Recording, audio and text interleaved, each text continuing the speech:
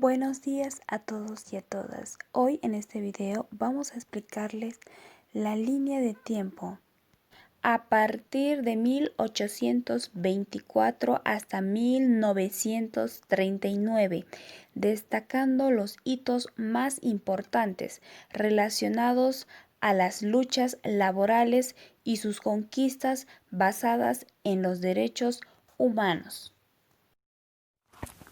En 1824 en Inglaterra se promulga la Ley sobre Libertad de Asociación para los Trabajadores. Esta ley derogó las leyes de 1799 y 1800, que prohibían la libre asociación de los trabajadores. Esto se logró gracias a la lucha de Francis Bacon. En 1825 en Francia una crisis económica que se había iniciado llevó a los trabajadores a un gran desempleo. Se realizaron manifestaciones de los desempleados. Al otro día los obreros levantaron las primeras barricadas tomando las armas que eran fusiles y bayonetas para dar inicio a las jornadas revolucionarias. A esta lucha se los llamó los Tres Gloriosos, nombre que se designó de las jornadas revolucionarias, en las cuales los artesanos de París y en varias provincias combatieron y fueron vencedores. En 1830 nace las primeras asociaciones de trabajadores de Europa. Para esa fecha solo existían asociaciones y clubes de obreros específicamente permitidos por las leyes que prohibían las organizaciones de los obreros.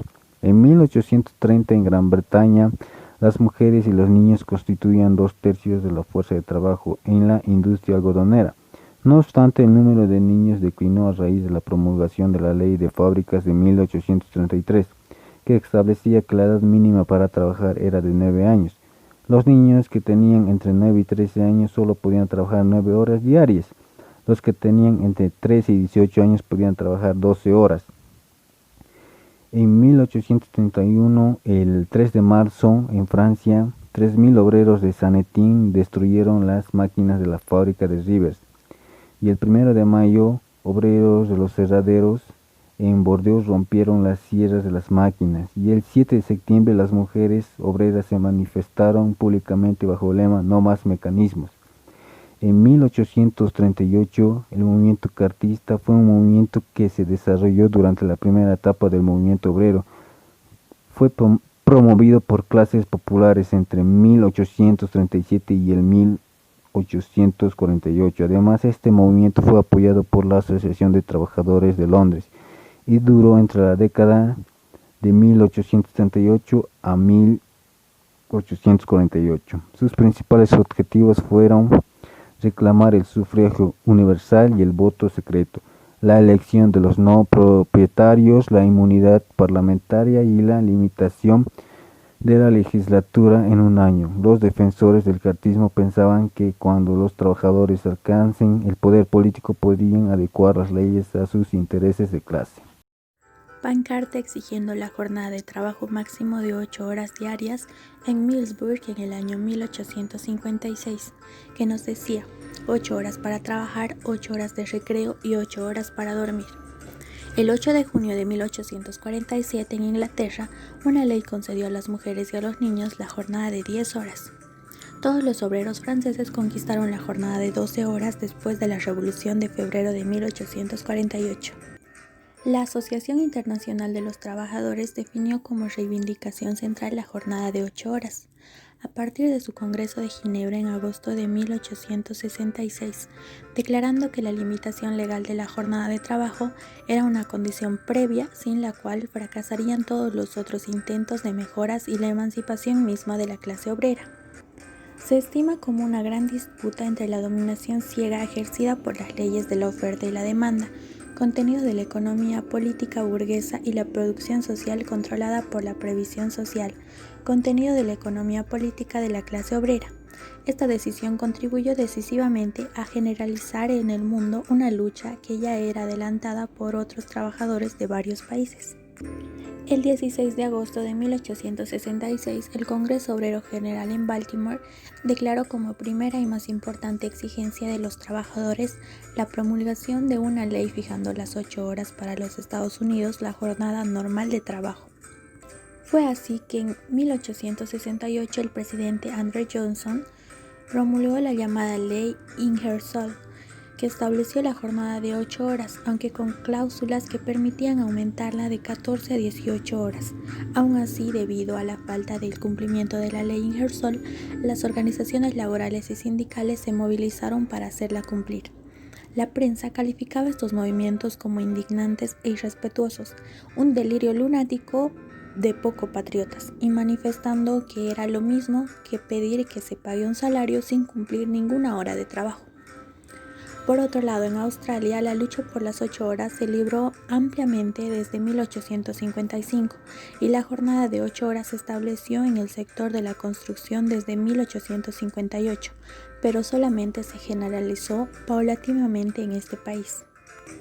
Los primeros movimientos sindicales nacieron en Inglaterra y el fenómeno del cartismo y ludismo, al mismo tiempo Karl Marx y Friedrich Engels daban forma a su manifiesto comunista, que se publicaría por primera vez en el año 1848 y que supondrá un antes y un después en el movimiento obrero. La Asociación Internacional de Trabajadores no tardará en llegar en 1864, aunque en algunos países como en Inglaterra ya había acontecido los primeros derechos como la prohibición de emplear menores de 9 años y el derecho de la asociación. ¿Por qué será que la mayoría de nuestros apellidos provienen de Europa? En el siglo XIX en nuestro país surgió un modelo agroportador.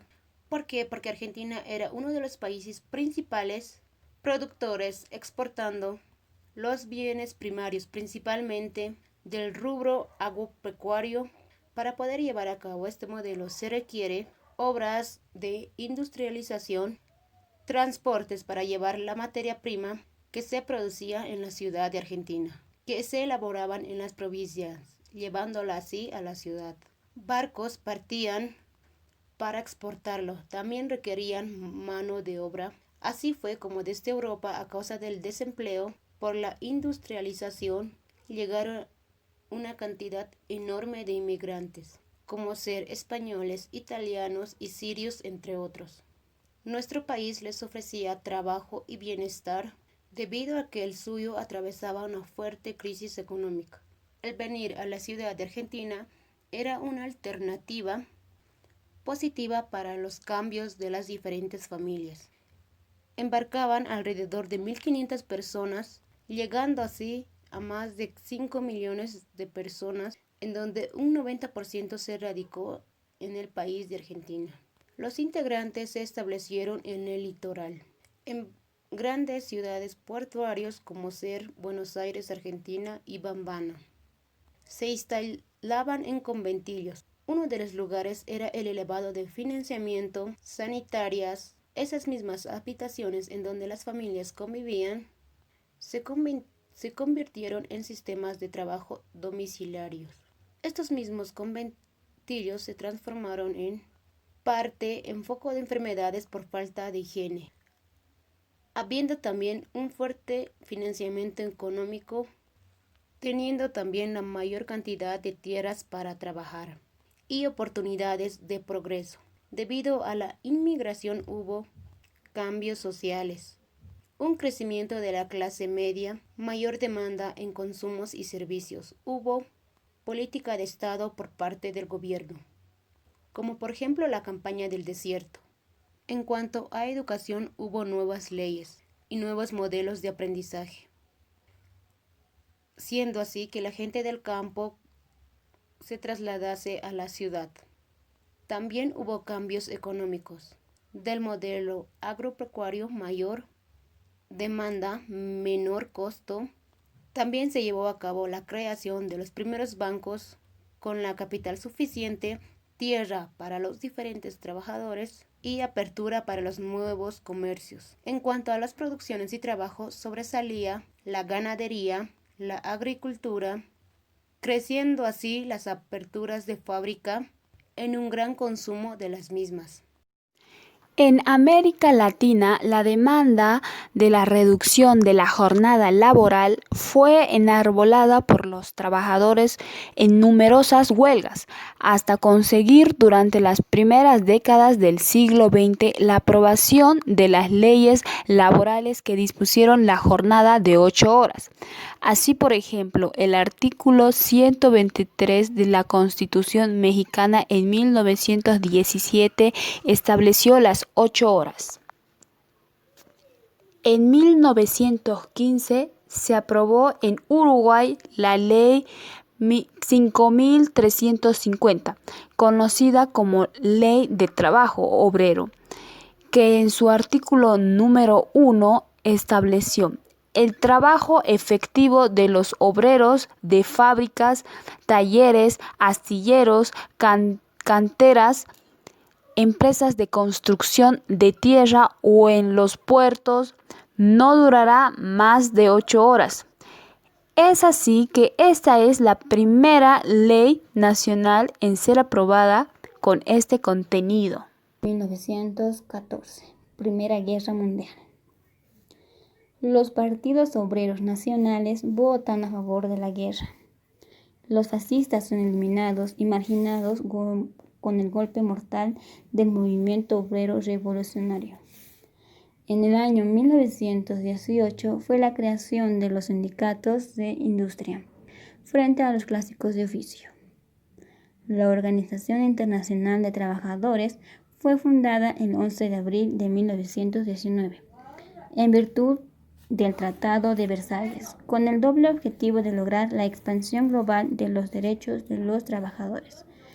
En 1921, en Bolivia, se realizó el primer congreso en Oruro, gracias a la convocatoria que al respecto lanzó la Federación de Ferroviarios.